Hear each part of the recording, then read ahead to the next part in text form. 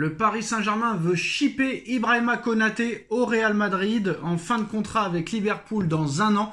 Ibrahima Konaté fait l'objet d'un énorme forcing du Real Madrid et du Paris Saint-Germain et Nasser Al-Khelaifi s'implique personnellement pour convaincre le défenseur des Bleus de rejoindre le Paris Saint-Germain et non le Real Madrid. C'est sans doute le défenseur le plus courtisé du monde à l'heure actuelle.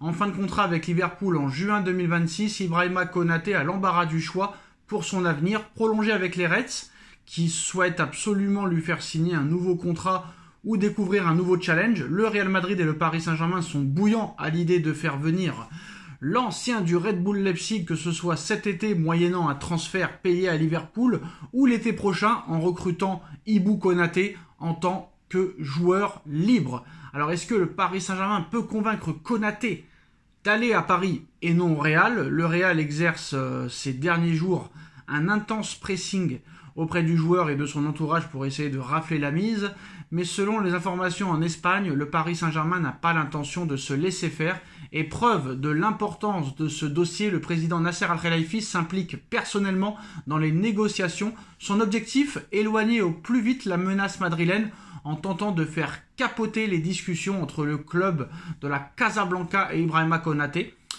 Donc très attentif sur le fait d'attirer les meilleurs joueurs français au Paris Saint-Germain après Ousmane Dembélé, Désiré Doué ou encore Bradley Barcola. Le président qatari du Paris Saint-Germain juge le dossier Ibrahima Konaté comme prioritaire.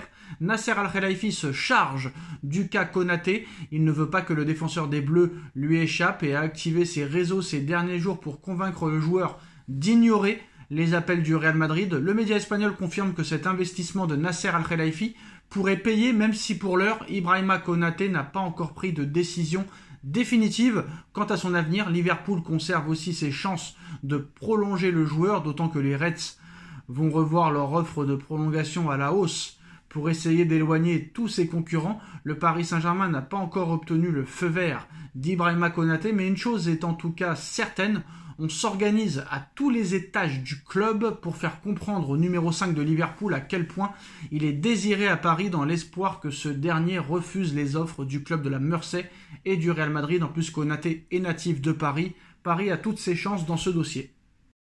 Dernière ligne droite pour ce mercato d'été. Il reste 1 mois pour le Paris Saint-Germain pour se renforcer.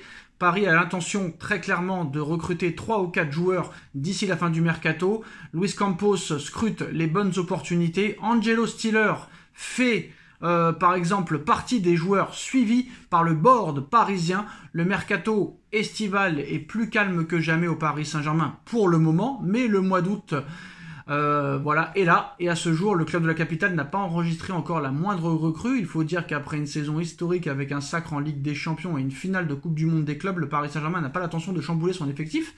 Luis Campos et Luis Enrique visent 3 à 4 recrues au maximum, mais les dirigeants parisiens ne s'interdisent pas de saisir de bonnes opportunités en fin de mercato. Au milieu de terrain, un renfort n'est pas prioritaire car Joao Neves, Vitinha et Fabien Ruiz sont intouchables, tandis que le PSG ne veut pas barrer la route pour le moment à Mayoulou et à Warren Zaïre-Emery. Cela étant, un milieu de terrain a tapé dans l'œil des dirigeants franciliens. Selon le site PSG Inside Actu, le compte spécialisé sur X nous apprend qu'à ce poste, Angelo Stiller plaît beaucoup aux champions d'Europe en titre. Le milieu de terrain allemand de 23 ans a de fortes chances de quitter Stuttgart après sa belle saison. Et le Real Madrid aussi est sur le dossier. Donc ce sera un cas, on va dire, alléchant cet été. Ça pourrait bien profiter au Paris Saint-Germain. Mais pour l'heure, le club de la Casablanca n'a toujours pas passé la seconde dans ce dossier. Et cela pourrait bien profiter au Paris Saint-Germain. En effet, le club parisien était déjà intéressé l'été dernier par le joueur et continue de suivre de près la situation de Stiller. Luis Campos a un œil attentif à sa situation et se tient prêt à dégainer en cas d'ouverture.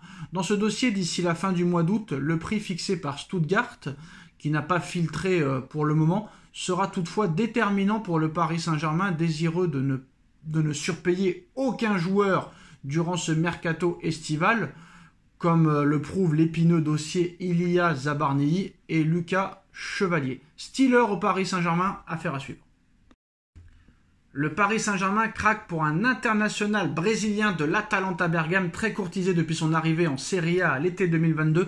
Ederson est désormais une des pistes du Paris Saint-Germain. Le club de la capitale a rajouté le Brésilien dans sa liste, mais la concurrence sera rude car des clubs de Première Ligue ont déjà avancé leur pion depuis plusieurs semaines. Le Paris Saint-Germain commence à semer ses graines à un mois de la fin de ce mercato.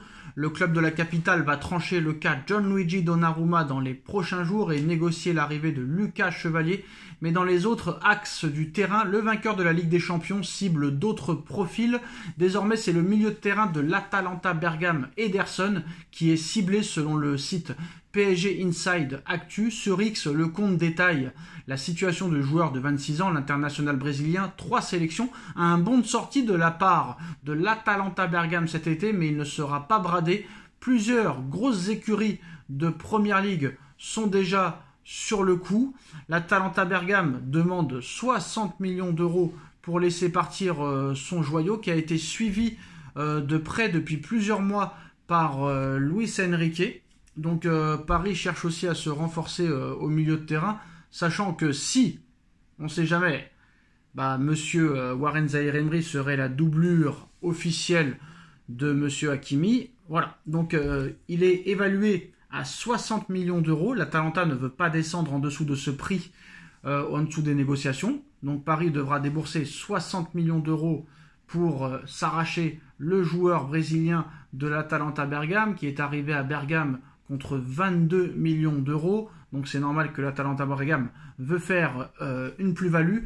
Mais Luis Enrique est très intéressé par ce joueur, comme beaucoup d'autres. Il y a une shortlist très très longue du côté du Paris Saint-Germain. Et c'est le boulot de Luis Campos de scruter, de négocier, de parler avec tous les agents des joueurs intéressés, tous les directeurs sportifs des clubs où il y a des joueurs qui intéressent le Paris Saint-Germain, et aussi avec les présidents.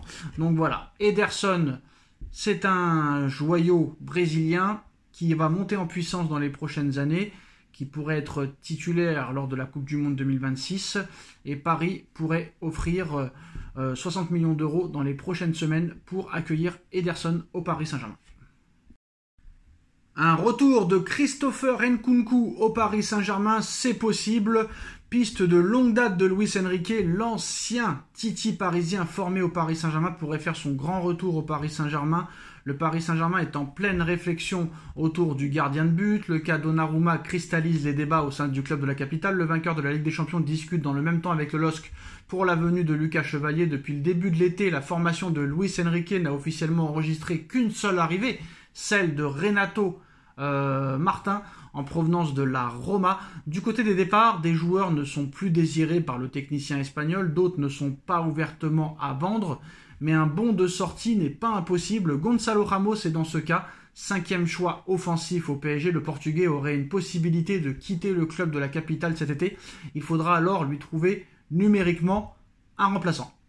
Donc Christopher Nkunku, qui était déjà suivi par Luis Enrique l'été prochain, est devenu un petit peu un indésirable du côté de Chelsea, et Chelsea ne serait pas contre une vente, mais Chelsea voudrait minimum 60 millions d'euros pour laisser partir Christopher Nkunku. Est-ce que Luis Enrique pourrait faire retrouver le niveau de Nkunku qu'il avait par exemple au Red Bull Leipzig? C'est là qu'on voit un petit peu l'efficacité de Luis Enrique. On l'a vu avec Dembélé, on a vu la progression de Neves, de Vitinha, de Barcola, de Désiré Doué, de Pacho.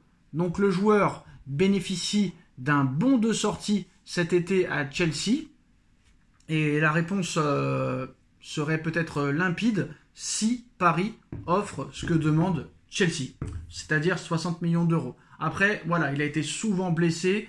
Pour moi, Christopher Nkunku ne vaut pas 60 millions d'euros. Pour moi, ça vaut plus entre 30 et 40 millions d'euros. Donc à ce prix-là, pourquoi pas? Mais après, après, avec Enrique, tout est possible. Quand Dembélé est arrivé, on a dit non, c'est une catastrophe, le mec va se blesser tout le temps, il marque jamais, il sert à rien. Et à l'arrivée, le gars va peut-être être ballon d'or dans quelques semaines. Donc, allez savoir, Enrique est capable de tout. Christopher Nkunku, de retour au Paris Saint-Germain, c'est possible.